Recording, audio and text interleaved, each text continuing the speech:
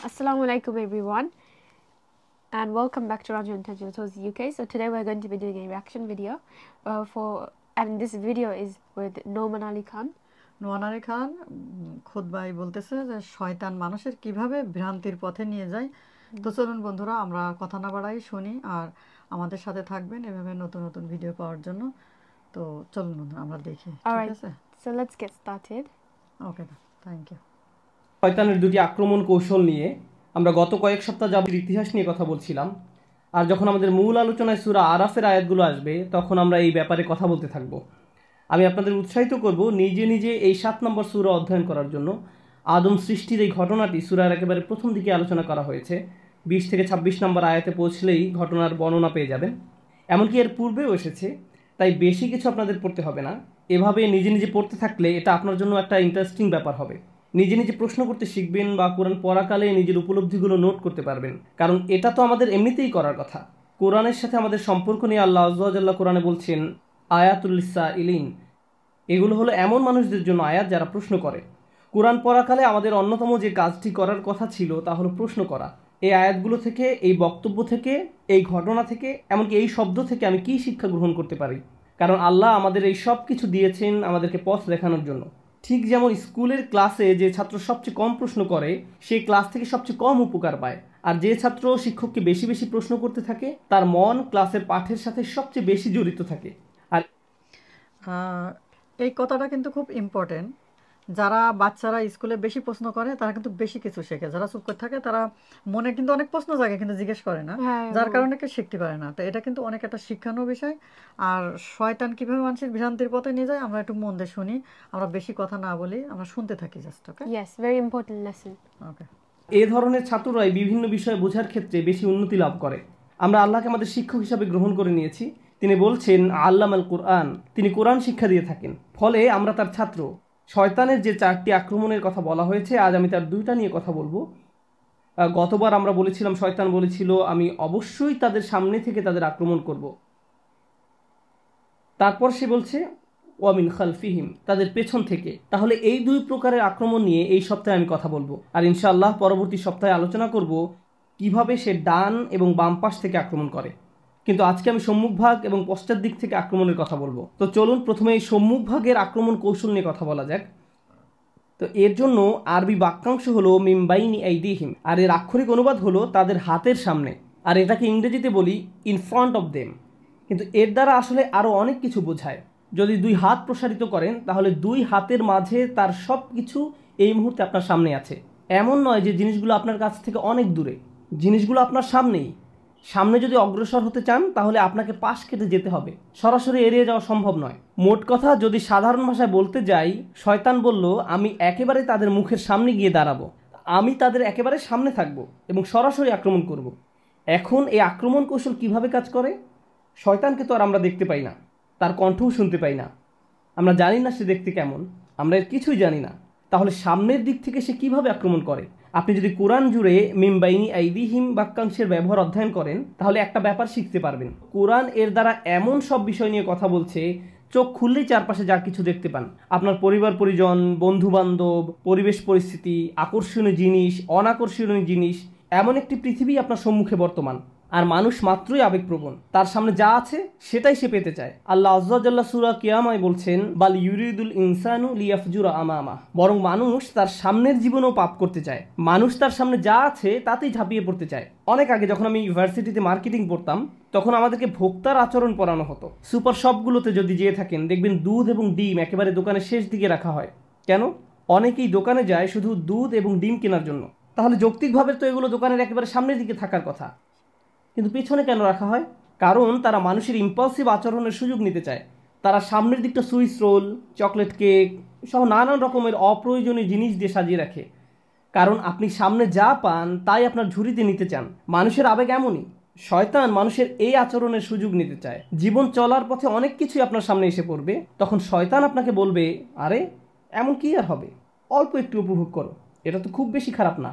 সে আপনাকে ভবিষ্যতে এই কাজের কি পরিণতি হবে তা নিয়ে ভাবতে দিবে না। সে চায় এই মুহূর্তে তোমার সামনে কি আছে তা নিয়ে চিন্তা করো। আজকের দিনে ব্যাপারটা উপলব্ধি করা আর অনেক সহজ, কারণ আমরা ডিজিটাল যুগে বাস করি। যা কিছুই আপনি দেখতে চান, যা দিকে আপনি তাকাতে চান, শুনতে চান, ক্রয় করতে চান, সবই আপনার আঙুলের আগায়। তাৎক্ষণিকভাবে জিনিসগুলো আপনি পেতে পারেন। এমনকি যদি কোথাও যেতে চান, এই মুহূর্তেই গাড়ি নিয়ে বের হতে পারবেন। আপনার মাথায় যে চিন্তাই আসে না, যে আকাঙ্ক্ষায় বাস্তবায়ন করতে চান না কেন, আপনি সাথে সাথে তার পিছনে ছুটতে পারেন। পরিণতি নিয়ে ভাবতে চান না। তো অনেক মানুষ যারা বিভিন্ন পাপে জড়িয়ে পড়ে, তাদের যদি জিজ্ঞেস করেন কেন তুমি পাপে জড়াও, তারা বলবে না যে আমি পাপী হতে চাই। তারা বলবে আমি আসলে বিষয়টি নিয়ে ভাবতে চাই না, আমি এটা নিয়ে চিন্তা করতে চাই না। আপনি যদি তাদেরকে এর পরিণতি মনে করিয়ে দিতে চান, তারা বলবে আমাকে এসব নিয়ে ভাবতে বলো না। এমন অনেক ডাক্তারের কথা জানি যারা ইমার্জেন্সি রুমে চাকরি করেন, তারা শুক্রবার রাতে বহু বাজে ঘটনা দেখতে পান। মানুষ তাদের প্রাত্যহিক জীবনের সমস্যা থেকে বেরিয়ে এসে একটু মুক্তি পেতে চায়, তাই তারা শুক্রবার রাতে মদ পান করে। তারপর ইমার্জেন্সি রুমে আপনি যেসব ভয়ানক দৃশ্য দেখতে পান, তার অনেকগুলো এই মদ পানের সাথে সরাসরি জড়িত। কারণ এই মানুষগুলো চিন্তা করতে চায় না যে আমার আগে বহু মানুষের জীবন নষ্ট করেছে এই মদ। না, আমি এটা নিয়ে ভাবতে চাই না, আমার ক্ষেত্রে এমনটি ঘটবে না। আমি শুধু এই মুহূর্তে মজা পেতে চাই, আমি এখন মাতাল হতে চাই, ফলাফল নিয়ে ভাবতে চাই না। আর শয়তান আপনার কাছ থেকে প্রথমে এটাই আশা করে, আপনার সামনে যা আছে তার মাঝেই ঝাঁপিয়ে পড়তে আপনাকে প্ররোচনা দিবে। এর আরেকটা অর্থ হলো বস্তুগত জিনিস। অন্য কথায় সে চায় আমরা যেন এমন সব জিনিস নিয়ে আচ্ছন্ন হয়ে পড়ি যা দৃশ্যমান। আপনি সর্বদা গাড়ি নিয়ে চিন্তা করেন, আপনার শারীরিক সৌন্দর্য নিয়ে ভাবতে থাকেন, বারবার আয়নার সামনে গিয়ে নিজেকে চেক করেন, আমাকে দেখতে কেমন দেখায়, আমাকে কেমন দেখায়, আমার ওজন কত, কোন ড্রেসে আমাকে ভালো দেখাবে, এটাতে নাকি ওটাতে। সারাক্ষণ এভাবে বস্তুগত জিনিস, দৈহিক সৌন্দর্য বা নানা রকম পণ্যদ্রব্য, এগুলো নিয়ে আপনি আচ্ছন্ন থাকেন। আবার বিভিন্ন ব্র্যান্ডের জিনিস নিয়েও মানুষ আচ্ছন্ন হয়ে পড়ে। নিজের কোন জিনিসটা অন্যদের দেখাবে তা নিয়ে সারাক্ষণ ভাবতে থাকে। কেউ কেউ সুন্দর বাড়ির প্রতি আচ্ছন্ন হয়ে পড়ে, ভাই আমি ভাড়া বাসায় থাকি, যেভাবেই হোক আমাকে নিজের বাড়িতে উঠতে হবে। এটাই এখন আমার সামনে বর্তমান।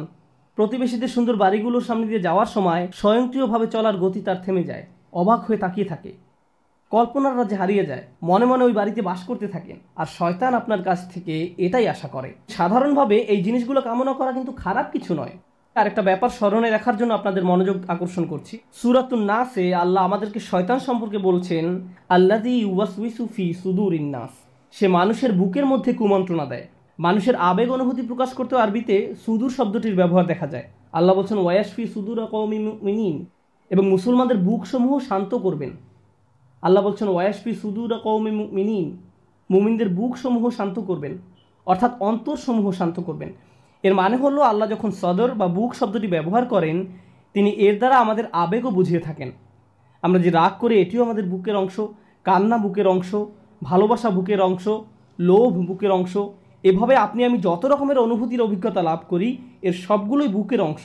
যখন আমরা অন্য কিছুর প্রতি আকৃষ্ট হয়ে পড়ি, এটাও আমাদের বুকের অংশ। যখন আমরা কুৎসিত কোনো কিছু থেকে মুখ ঘুরিয়ে ফেলি, সেটাও আমাদের বুকের অংশ। অলসতা বুকের অংশ, উৎসাহ উদ্দীপনাও আমাদের বুক থেকে আসে। এর দ্বারা এটাও বোঝায় যে আমাদের ভেতরে আল্লাহ যত রকমের আবেগ অনুভূতি দান করেছেন, রাগ, ভয়, সুখ, এই অনুভূতিগুলোই আমাদের সংজ্ঞায়িত করে। এগুলো সবই প্রকৃতিগত এবং শয়তান এগুলোর সুযোগ গ্রহণ করে।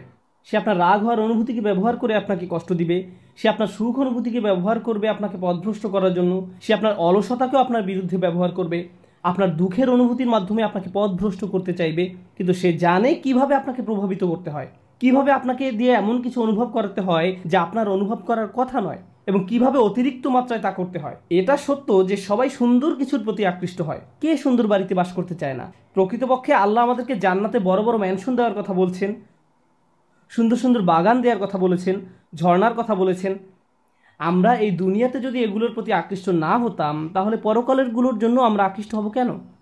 দুনিয়াতে এগুলোর প্রতি আকর্ষণ থাকার কারণেই তো জান্নাতকে এতটা আবেদনময়ী মনে হয়। তাই সুন্দর জিনিসের প্রতি আকৃষ্ট হওয়া আমাদের প্রকৃতিগত। শয়তান কি করতে চায়? শয়তান এই অনুভূতির ভারসাম্য নষ্ট করতে চায়। আমি অমুক জিনিসটি পাওয়ার জন্য যা যা করার সবই করব, আমি এর পরিণতি নিয়ে ভাবতে চাই না, এটা আমার সামনে, আমি এখনই এটা চাই।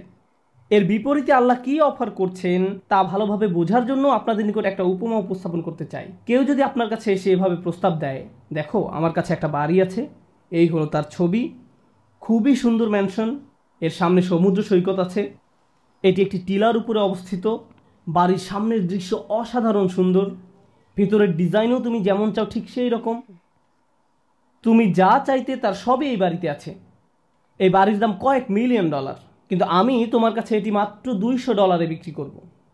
তো প্রথমত আপনি এটি বিশ্বাস করবেন না, না আপনি এটি আমার কাছে $200 বিক্রি করবেন না। এরপর সে তার প্রস্তাবটি বিস্তারিত ব্যাখ্যা করে বলল, দেখো আমি গ্যারান্টি দিচ্ছি আমি তোমার কাছে এটি $200 বিক্রি করব, কিন্তু একমাত্র শর্ত হলো ঠিক 15 বছর পরে তোমার নিকট এটি হস্তান্তর করা হবে, তুমি এখন এটির দখল পাবে না। $200 কিন্তু তোমাকে এখনই দিতে হবে, বাড়ির মালিকানা পাবে 15 বছর পর।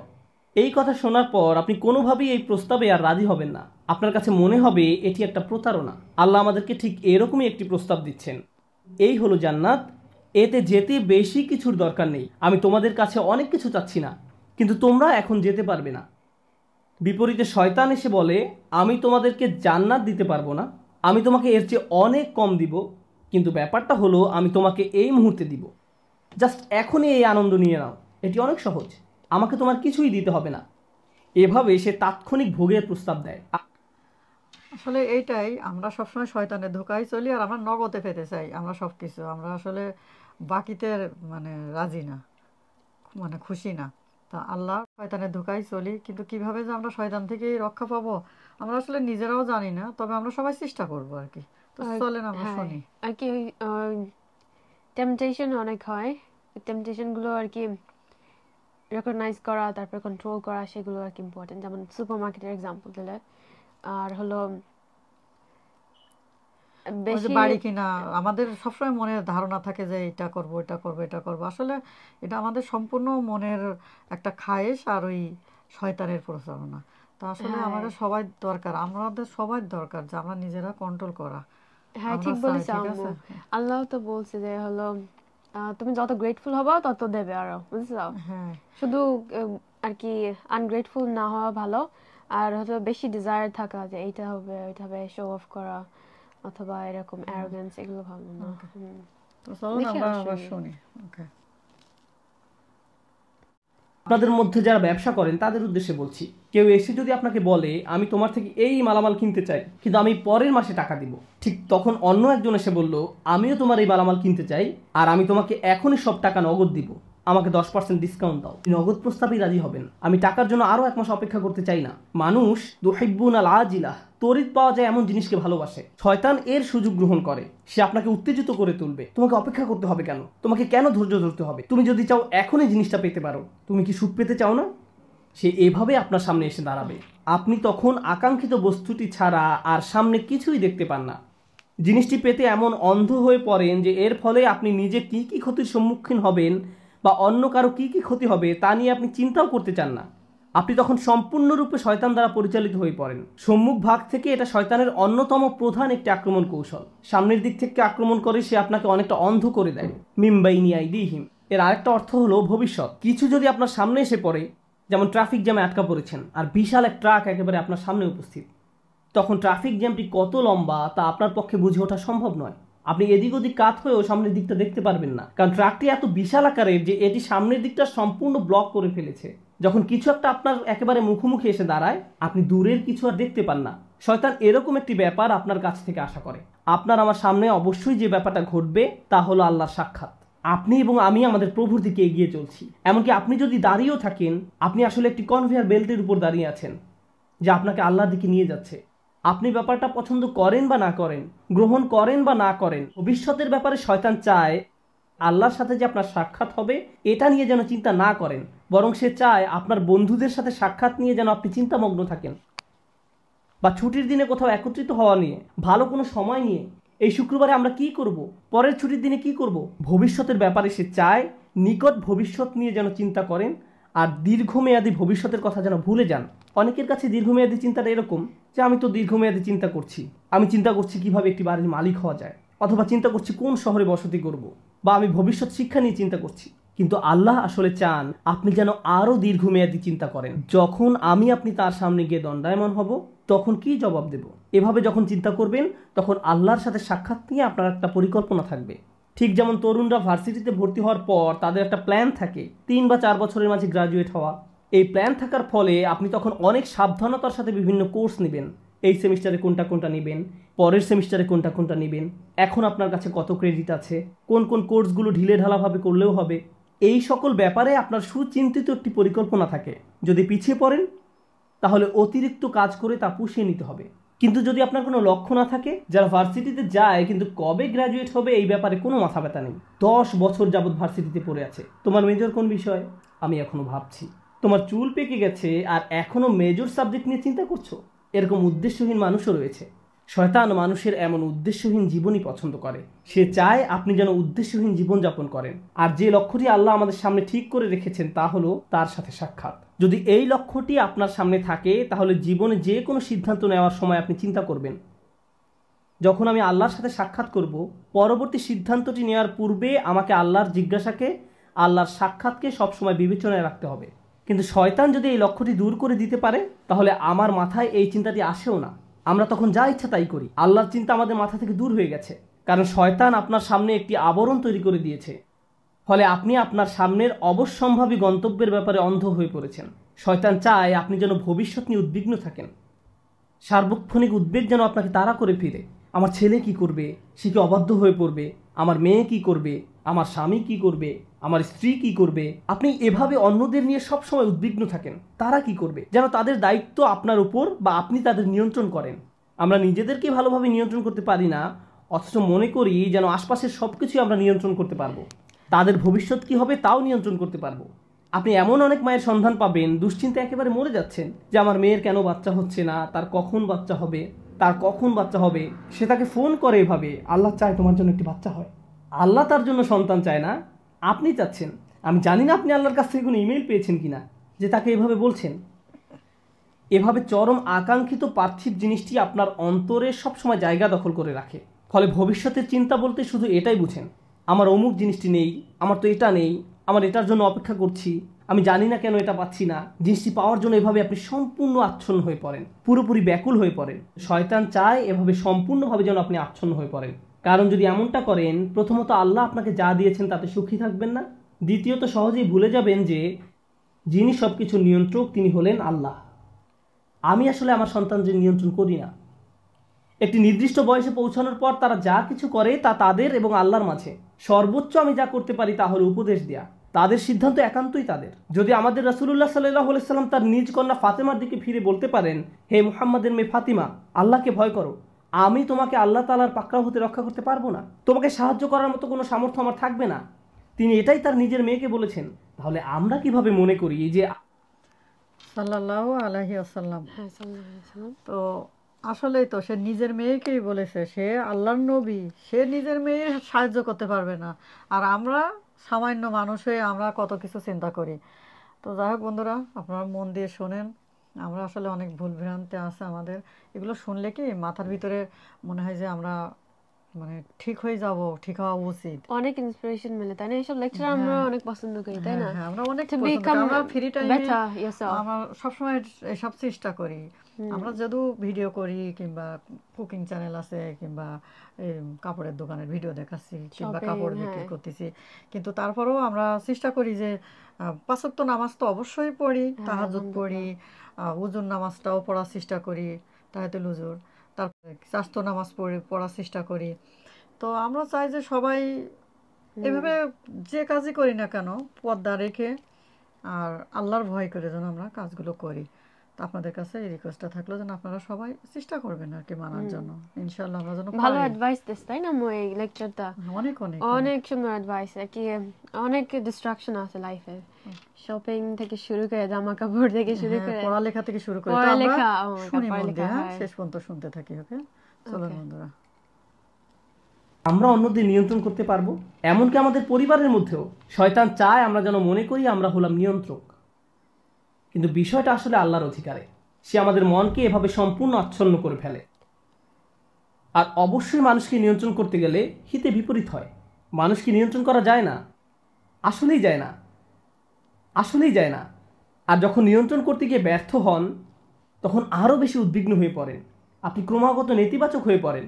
আর আপনি যখন সম্পূর্ণ নেতিবাচক হয়ে পড়েন তখন আপনার পক্ষে কৃতজ্ঞ হওয়া অসম্ভব হয়ে পড়ে। খেয়াল করে দেখুন আয়াতটি কিভাবে শেষ হয়েছে।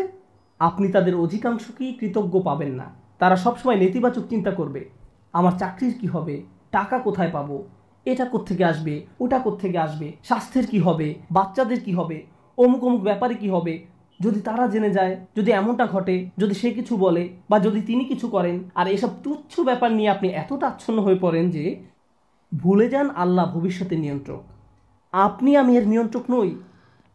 আমরা যে একটি ভালো দিন অতিক্রম করি এটা এই জন্য নয় যে আমরা খুব ভালোভাবে প্ল্যান করে দিনটি কাটিয়েছি বা আমরা এটা অর্জন করেছি বা দিনটাকে নিয়ন্ত্রণ করে কাটিয়েছি। একমাত্র আল্লাহর কাছ থেকেই প্রশান্তি আসে। আমাদের শরীর যে সঠিকভাবে কাজ করছে এবং এখানে শুক্রবারে জুমার নামাজের জন্য যে এসে বসে আছি, আল্লাহ আমাদের এই শক্তি সামর্থ্য দিয়েছেন। আর আমরা এটা ভুলে যাই। আমরা মনে করি ভবিষ্যতের সব কিছু আমরা নিজেরাই সমাধান করে ফেলতে পারবো। শয়তান এই কাজটাই করে। সে আপনাকে এই ধারণা দিয়ে বিভ্রান্ত করে ফেলে যে ভবিষ্যৎ আমাদের নিয়ন্ত্রণে। শয়তানের আরও একটি বড় অস্ত্র হলো ভবিষ্যৎ সম্পর্কে আপনাকে হতাশ করে দেয়া। আর কোনো কিছুতেই কাজ হবে না, পূর্বের কোনো পরিকল্পনাই তো কাজে আসেনি, তুমি সব সময় ব্যর্থ হবে, তোমার কপালে শুধু ব্যর্থতাই আছে। এভাবে নিজের সম্পর্কে এত হতাশ এবং নেতিবাচক হয়ে পড়েন যে আপনি শুধু নিজের সম্পর্কে হতাশাজনক মনোভাব পোষণ করেন না, বরং এই হতাশা সংক্রামক হয়ে পড়ে। যেমন কেউ যদি পরীক্ষায় পাশ করে আসে, আপনি হয়তো তখন বলে বসেন, পাশ করলে কি হবে, চাকরি পাবে না, পারিবারিক ঐতিহ্য, কী বা করার আছে। এটা শয়তানের দুঃখবাদ বা হতাশার একটা অংশ। সে আপনার কাছ থেকে এটাই আশা করে। কারণ কেউ যদি সবসময় এভাবে দুঃখ এবং হতাশায় নিমজ্জিত থাকে, তাহলে কিভাবে সে আল্লাহর প্রতি আশা ধরে রাখবে? কোন অন্তর নিয়ে তারা আল্লাহর নিকট দোয়া করবে? যদি তারা ইতোমধ্যেই পরাজয় স্বীকার করে নেয়, তাহলে কোনো কিছুই আর কাজ করবে না। তখন আল্লাহর নিকট থেকে তাদের আর কোনো প্রত্যাশা থাকে না। আল্লাহর সাথে আমাদের সবচেয়ে গুরুত্বপূর্ণ সম্পর্ক হলো তার নিকট দোয়া করা, তার নিকট আশা করা। আর আপনি নিজেই কিনা এই সম্পর্কটা কেটে দিলেন, আশাহীন হয়ে গেলেন। শয়তানের সংজ্ঞাই হলো সে আশাহীন, হতাশ, আর সে চায় আপনিও তার মতো আশাহীন হয়ে পড়েন। এভাবে মানুষকে সে সম্মুখ ভাগ থেকে আক্রমণ করে। মানুষ জীবনে বিভিন্ন লক্ষ্যবানে ছুটে চলবে, এটাই স্বাভাবিক। আর এক্ষেত্রেও শয়তানও আমাদের বিভ্রান্ত করে ফেলে। এটাও তার সামনের দিক থেকে আক্রমণের কৌশলের অংশ। আমি সামনের দিক থেকে আক্রমণের বর্ণনা দিতে গিয়ে অনেক লম্বা করে ফেলছি। আজ যদি পেছনের দিক থেকে আক্রমণের কথা নাও বলতে পারি, সমস্যা নেই, আমি একটু সময় নিয়ে বিষয়গুলোর উপর আলোকপাত করতে চাই। তো মানুষের উদ্দেশ্যমুখী জীবনযাপন করার কথা। মানুষ আত্মোন্নয়নের জন্য লক্ষ লক্ষ টাকা খরচ করে বিভিন্ন সেমিনারে অংশগ্রহণ করে, কারণ তারা অনুপ্রাণিত হতে চায়। এগুলো ভালো জিনিস, এগুলো আসলেই শক্তিশালী জিনিস। কিন্তু শয়তান কি চায় জানেন? আপনাদের একটি উদাহরণ দিচ্ছি। পর্বতারোহীদের দেখবেন তারা হুক নিয়ে উপরের দিকে ছুঁড়ে মারে। আপনি যদি আপনার হুক 20 ফিট উপরে নিক্ষেপ করেন, আপনি কেবল ততটুকু উপরেই পৌঁছতে পারবেন। আপনি যদি 30 ফিট উপরে হুক নিক্ষেপ করেন, তাহলে 30 ফিট উপরে পৌঁছতে পারবেন। শয়তান চায় আপনি যেন আপনার হুক খুবই অল্প দূরত্বে নিক্ষেপ করেন। সে চায় আপনি যেন আপনার হুক শুধুমাত্র টাকা কামানোর জন্যই নিক্ষেপ করেন। অমুক পরিমাণ টাকা অর্জন করতে পারলে আমার জীবন সফল। তখন আপনি সারাক্ষণ এই চিন্তায় মগ্ন থাকেন, মনে হয় যেন যদি এই লক্ষ্য অর্জন করতে পারেন তাহলে সব কিছু ঠিক হয়ে যাবে। একবার যদি এই লক্ষ্য অর্জন করতে পারি তাহলে জীবনটা আশ্চর্য রকম সুন্দর হয়ে যাবে। আপনি যখন সেই লক্ষ্যের কাছাকাছি পৌঁছে যান বা উদ্দেশ্য অর্জন করে ফেলেন, আরও 30টা সমস্যা এসে হাজির হয়। শয়তান চায় আপনি যেন ছোট লক্ষ্যের পিছনে ছুটে জীবন অতিবাহিত করে ফেলেন, আর এই নিম্নতর উদ্দেশ্য অর্জনে এতটাই নিমজ্জিত থাকেন যে অন্য কিছু আর চোখেও পড়ে না। আমার আপনার জীবনে বিভিন্ন লক্ষ্য থাকার কথা, আমার স্বাস্থ্য নিয়ে লক্ষ্য থাকার কথা, আমার ক্যারিয়ার নিয়েও লক্ষ্য থাকার কথা, শিক্ষা নিয়ে লক্ষ্য থাকা উচিত। একটা ব্যাপার মনে রাখুন, এই লক্ষ্যগুলো আসলে আপনার জীবনের মূল উদ্দেশ্য নয়। এগুলো আসলে বড় একটি গন্তব্যে পৌঁছার মাধ্যম মাত্র। আমরা যদি ভুলে যাই আমরা এই পৃথিবীতে এসেছি একটি সীমিত সময়ের জন্য, এখানে চাকরি পাওয়া আমাদের মূল উদ্দেশ্য নয়, টাকা কামাই করা আমাদের উদ্দেশ্য নয়, এই পৃথিবীতে বাড়ির মালিক হওয়া আমাদের উদ্দেশ্য নয়। কারণ একদিন আমরা এর সব কিছু ছেড়ে চলে যাব। এই দুনিয়াতে আমাদের উদ্দেশ্য হলো ভালো কিছু করা, আমাদের নিজেদের জন্য ভালো কিছু করা এবং এমন ভালো কিছু পেছনে রেখে যাওয়া যা আমাদের মৃত্যুর পরেও কাজে লাগবে। এই উদ্দেশ্যে আমাদের এই দুনিয়াতে রাখা হয়েছে। এই ব্যাপারটা যদি আপনার মাথায় থাকে, তাহলে আপনার শিক্ষা যদি আপনাকে ভালো কিছু করার দিকে নিয়ে যায়, আপনার বাড়ি যদি আপনাকে ভালো কিছু করতে সাহায্য করে, আপনার গাড়ি আপনাকে ভালো কিছু করার দিকে নিয়ে যায়, তাহলে এগুলোর একটি উদ্দেশ্য আছে। এগুলো নিজে উদ্দেশ্য নয়, কিন্তু শয়তান এগুলোকেই আপনার উদ্দেশ্য বানিয়ে ফেলতে চায়। ভাই, আমার লক্ষ্য হলো অমুক অমুক মডেলের গাড়ির মালিক হওয়া, আমি বুঝে গেছি এটাই আমার লক্ষ্য। এটা আসলে কোনো লক্ষ্য নয়, এটা একটা বস্তুগত জিনিস মাত্র। আর এই জিনিসটি শেষ হতে শুধু একটি অ্যাক্সিডেন্টই যথেষ্ট। যে বাড়িটি নিয়ে আপনি এত বেশি মগ্ন হয়ে আছেন, শুধু একটি ভূমিকম্প এটি ধ্বংস করে দেওয়ার জন্য যথেষ্ট। একবার আগুন লাগলেই শেষ। এই জিনিসগুলো আর এমন কি, এগুলো আসে আর যায়। দুআফা তালিবু আল মাতলুব। শয়তান এভাবে আমাদের মনকে এসব তুচ্ছ বিষয়ে নিমজ্জিত করে রাখে। এর ফলে আমরা ভুলে যাই যে আল্লাহ আমাদেরকে বৃহত্তর উদ্দেশ্য নিয়ে সৃষ্টি করেছেন, কিন্তু সে আমাদের সামনের দিকে থেকে আক্রমণ করে, ক্ষুদ্র বিষয়ে আচ্ছন্ন করে রাখে। ফলে আমরা আমাদের সৃষ্টির উদ্দেশ্যের কথা ভুলে যাই। শয়তানের সামনের দিক থেকে আক্রমণ করা নিয়ে সর্বশেষ যে কথাটি বলতে চাই, আপনাদের অনেকের কপালে হয়তো সামনে অনেক টাকা আছে, আবার কারো কারোর জন্য জীবন হয়তো অনেক বড় বড় চ্যালেঞ্জ অপেক্ষা করছে, আল্লাহ জানেন। কারো কারো জীবন হয়তো অনেক সুখ অপেক্ষা করছে, আল্লাহ জানেন, আমরা জানি না। কিন্তু একটা বিষয় আমরা সবাই জানি, সবারই সময় রয়েছে। কারো হয়তো কয়েক সেকেন্ড, কারো হয়তো কয়েক বছর, কারো হয়তো কয়েক দশক সময় হাতে আছে। কিন্তু একটা ব্যাপারে আমরা নিশ্চিত যে আমাদের সবারই হাতে সময় আছে। শয়তান যখন আপনাকে সম্মুখ ভাগ থেকে আক্রমণ করে, সে চায় আপনি যেন আপনার সময়কে কোনো মর্যাদা না দেন। সে চায় ভালো কাজ করার সময় আসলে আপনি যেন এইভাবে ভাবেন যে আরে ভাই, আমার হাতে এখন অনেক সময় আছে, ভালো কাজ করার জন্য এত তাড়াহুড়ার কি আছে। কিন্তু যদি প্রবৃত্তির কোনো কামনা চরিতার্থ করতে হয়, তাহলে সাথে সাথে করতে হবে। প্রতিবার নামাজের সময় আপনার সাথে ঠিক এমনটাই ঘটে। জোহরের সময় যখন আসে, মসজিদ থেকে আজানের শব্দ ভেসে আসে, আপনার ঘড়ির অ্যালার্ম বেজে ওঠে, মোবাইলের অ্যাপ থেকে আজানের শব্দ শোনা যায়, আপনি তখন কি করেন? পজ বাটন টাচ করেন, নিজেকে এভাবে বলেন, মাত্র তো আজান দিল, নামাজের এখনো অনেক বাকি আছে। আর ভিডিও গেম খেলতে হলে এখনই, সিনেমা নাটক দেখতে হলে এখনই, কিন্তু নামাজ পড়তে হলে সময় বাকি আছে, এখনো অনেক সময় বাকি আছে। ভার্সিটিতে ক্লাসের ফাঁকে যদি আপনি কিছুটা সময় পেয়ে থাকেন, ব্যাগে কোরআন আছে, তখন ইচ্ছা করলে ব্যাগ খুলে কোরআন পড়তে পারেন। পরে, এখন না, আমি তো পড়বো কিন্তু এখন না। কিন্তু যে কোনো তুচ্ছ, অর্থহীন, বাজে কাজ ফেসবুক বা ইনস্টাগ্রামে স্ক্রল করতে করতে কখন যে 30-40 মিনিট পার করে দেন টেরই পান না। এমনকি ক্লাসের জন্য কখনো কখনো দেরি হয়ে যায়। অর্থহীন কাজের জন্য ঠিকই সময় বের করে নিলেন, এর কারণ হলো শয়তান চায় আপনি যেন আপনার সময়কে কোনো মূল্য না দেন। সে চায় আপনি যেন আপনার মূল্যবান সময়কে অর্থহীন কাজে ব্যয় করে নষ্ট করে ফেলেন। এভাবে আপনার সময় নষ্ট করার মাধ্যমে সে আপনার ভবিষ্যৎ ধ্বংস করে দেয়। তারপর যখন জীবনের একটা পর্যায়ে এসে পেছনে ফিরে দেখেন, তখন ভাবেন, ভাই, আমি জীবনে কত সময় যে অযথা কাজে ব্যয় করে নষ্ট করেছি। এরপর জীবন নিয়ে হতাশ।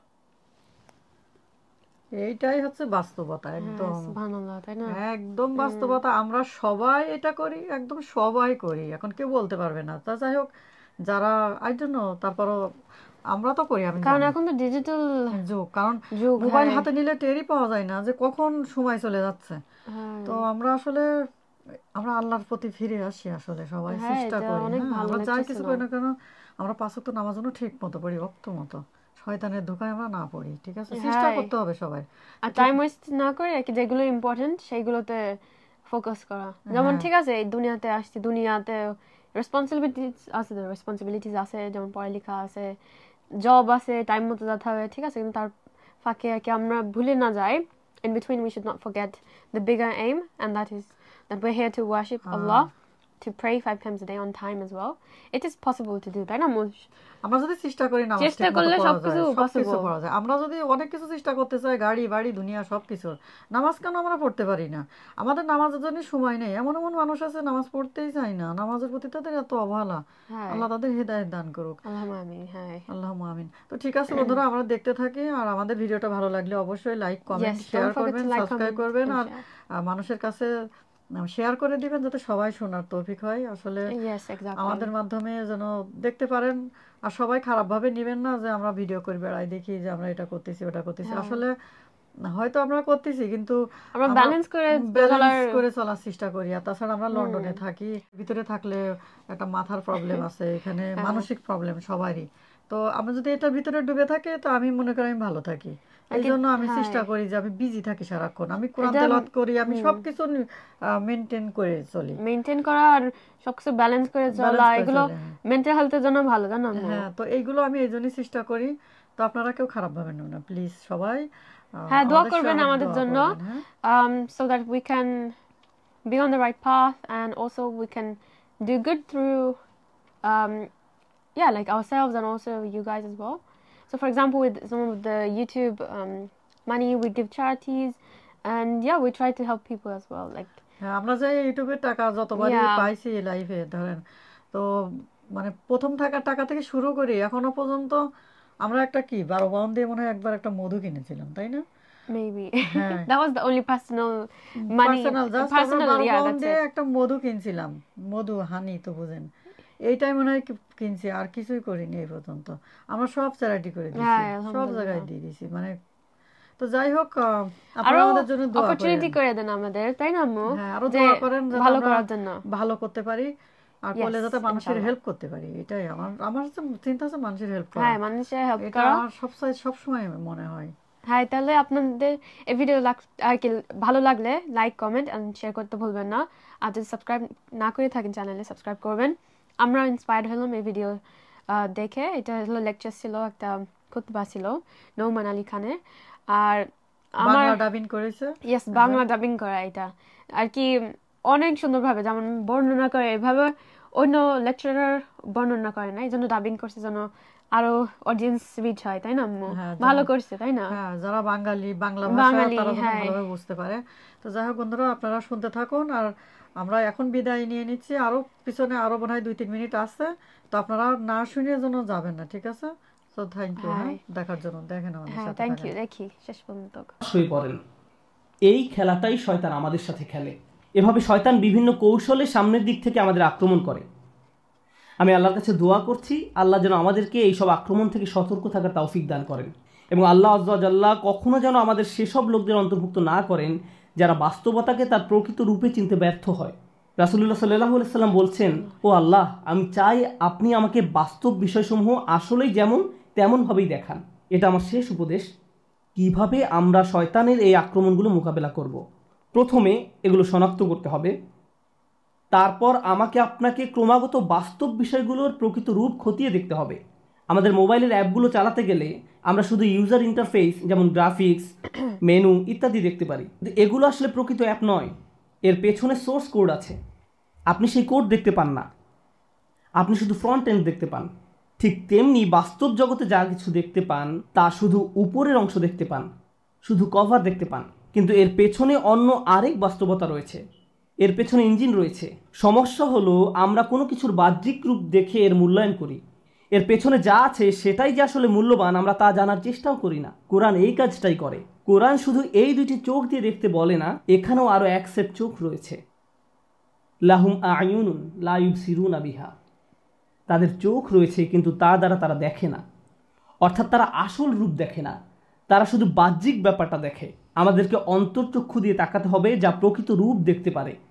যদি এমনটা করতে পারেন তাহলে যেভাবে আপনি সময় ব্যয় করেন, বিভিন্ন বিষয় নিয়ে চিন্তা করেন, বিভিন্ন জিনিসের মূল্য দিয়ে থাকেন, বিভিন্ন জিনিসকে গুরুত্ব দিয়ে থাকেন, তার সব কিছুই পরিবর্তিত হতে শুরু করবে। কারণ দিন শেষে আল্লাহর সাথে সাক্ষাৎ করার পূর্বে আমাদের হাতে জীবনের যে অংশটুকু বাকি আছে তার মূল ব্যাপার হলো ইউনাব্বাউল ইনসানু ইয়াউমা ইযিন বিমা কদ্দামা ওয়া আখার। কিয়ামতের দিন মানুষকে জিজ্ঞাসা করা হবে কোনটাকে তুমি প্রাথমিক পর্যায়ে গুরুত্ব দিয়েছো আর কোন ব্যাপারটাকে দ্বিতীয় পর্যায়ভুক্ত মনে করেছো। সবকিছুর মূল কথা এটাই, আমি আপনি যত সিদ্ধান্ত নিয়েছি তাতে কোনটাকে প্রায়োরিটি দিয়েছি আর কোনটাকে ফেলে রেখেছি। আর শয়তান এখানেই ঝামেলা তৈরি করতে চায়। সে আমাদেরকে ভুল ব্যাপারে অগ্রাধিকার দিতে প্ররোচিত করে। সে চাইবে আমরা যেন সত্যিকারের গুরুত্বপূর্ণ কাজটা ফেলে রাখি। আমরা দোয়া করি আল্লাহ যেন আমাদেরকে সেসব মানুষের অন্তর্ভুক্ত করেন যারা কাজের ক্ষেত্রে সঠিক অগ্রাধিকার নিশ্চিত করতে পারে, এবং শয়তানের কুমন্ত্রণা যেন আমাদেরকে আমাদের উদ্দেশ্য থেকে বিচ্যুত করে না দেয়। বারাকাল্লাহু লি ওয়া লাকুম ফিল কুরআনিল হাকিম। আমার জানো একটা অনেক ইম্পর্টেন্ট জিনিস, সেটা হলো আমি শুনছিলাম একটা লেকচারার, মনে নেই কোন লেকচারার, বলছিল ইংলিশ আর কি খুতবা, বলছিল যে আল্লাহ হলো আর কি দ্য ওনার অফ টাইম, টাইমের মালিক, তাই না? আল্লাহ হলো আমাদের বারাকা দেবে সময়তে আমরা যদি স্পেন্ড করি আল্লাহর পিছনে। যেমন ঘুম থেকে উঠতে গেলে, যেমন আমার ধরো পড়ালেখার জন্য যেতে হবে, সকালে 6টায় উঠতে হবে, কিন্তু ফজরের নামাজ হলো 2টায় ধরে, তাই না? এখন 2:30, হ্যাঁ 3টার কাছাকাছি, তাই না? তাহলে এখন দুটো জিনিস করা যায়, একটা হলো যে কেউ নামাজ স্কিপ করতে পারে, সকালে উঠতে পারে, আর কেউ ফজরের নামাজ পড়ে তারপরে ঘুমাবে অথবা যা করতে চায়, কিন্তু নামাজ মিস করবে না, কিন্তু ঠিক মতো আবার সকালে উঠবে, বুঝছিস, পড়ালেখার জন্য। সেইটাও করা যায়। আর আমি দেখেছি আল্লাহ বারাকা দেয়। তুমি যদি ফজরের জন্য ওঠো, ঘুম আর কি, it's not about quantity, it's about quality. Quality কেমন ঘুম হইলো, গভীর ঘুম আল্লাহ দেয়, কিন্তু ভালোই দেয়, যা হয় ভালো দেয় তো আলহামদুলিল্লাহ, সারাদিন ভালো যায়, আমি দেখছি। তো আমরা তো দেখো এই যে আমরা ঘুমাই প্রায়, আমরা রাতে 1টা 1:30টা বেজে, 1টা তো অবশ্যই বাজে আমাদের শুতে শুতে। তো দেখা যায় 1টা, আবার 2টার সময় উঠে যায়। 2টার সময় উঠে আমরা তাহাজ্জুদ নামাজ পড়ি, পড়ে আবার আজান দিলে, যে মুসলিম পড়ে আজান দেয়, আমরা মুসলিম পড়ে ফলো করি। তো মুসলিম পড়ে আজান দিলে লোকাল টাইম, হ্যাঁ লোকাল টাইম, আমরা নামাজ পড়ে আবার শুয়ে পড়ি, তখন সকালে উঠি। তো আমার ফজরের নামাজ পড়ার চিন্তা থাকলো না, তাহাজ্জুদ তো হলো। তো এইভাবে মেনে চললেই হয়। শয়তান, আমরা যদি চেষ্টা করি শয়তান আমাদের ধারেও আসতে পারবে না, কিন্তু আমরা শয়তানকে প্রশ্রয় দিই আর নিজেরাও শয়তান, যার কারণে আমাদের এটা হয়। তো আশা করি সবাই কথাগুলো মেনে চলবেন। হ্যাঁ, নফসের তাড়নায় চলবেন না। নফসের যদি ডিসিপ্লিন লাইফ সবথেকে বেস্ট হয়, তাই না আম্মু? ওকে, ডিসিপ্লিন লাইফ সবথেকে বেস্ট হয়। আর হচ্ছে দেখছো না, যারা ডিসিপ্লিন করে তারা লাইফে আগে যেতে পারে। হ্যাঁ, তো ঠিক আছে, আমরা মেনে চলার চেষ্টা করব। তো সবাই আমাদের জন্য দোয়া করবেন। আমিও দোয়া করি সবার, যারা পথভ্রষ্ট আছে তারা যেন ফিরে আসে আল্লাহর রাস্তায়, আর আল্লাহ যেন আমাদেরও হিদায়াত দেয়। আমরা যেন এমন কোনো কাজ না করি যে ভবিষ্যতে আমরা মরে গেলে যেন আমাদের দোজখে দেয়। অনেক সুন্দর দোয়া আছে, সেটা হলো এটা ইংলিশে বলছি যে may Allah make halal sufficient for us so that we don't have to go to haram. তার মানে হালাল যেন আর কি ইনাফ থাকে আমাদের জন্য, ইনাফ করে যেন আর কি হারামে যেতে হয় না, হারামি লাগে না, হারামের পথে যেন আমাদের নাই যাওয়া লাগে। আল্লাহ যেন আমাদের মাফ করুক, হারাম থেকে আমাদের বেঁচে থাকার তৌফিক দান করুক। আমিন। ওকে, তো আসসালামু আলাইকুম ওয়া রাহমাতুল্লাহি ওয়া বারাকাতুহু।